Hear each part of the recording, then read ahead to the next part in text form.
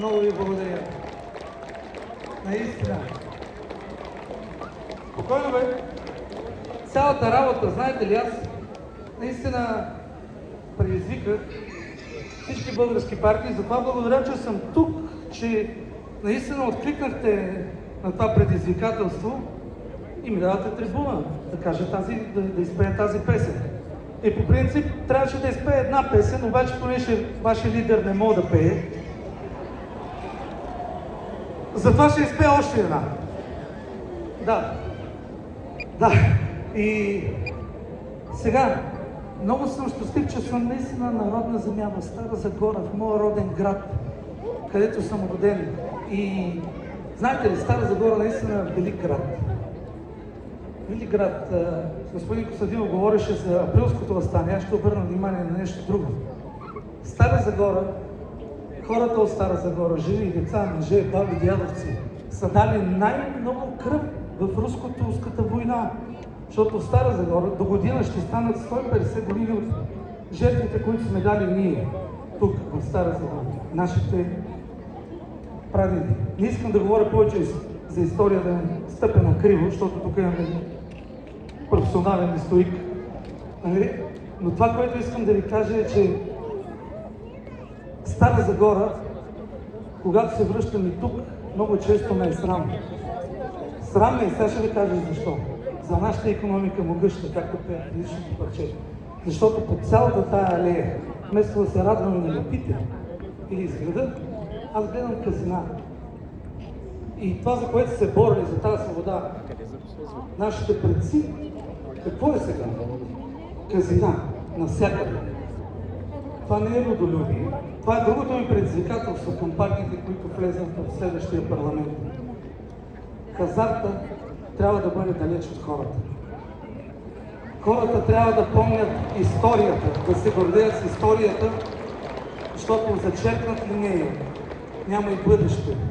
Казината е следващото ми предизвикателство. Казината трябва да се ограничат. Ще ви спея една песен, която много малко хора от вас може би са чували, а може и да не е така.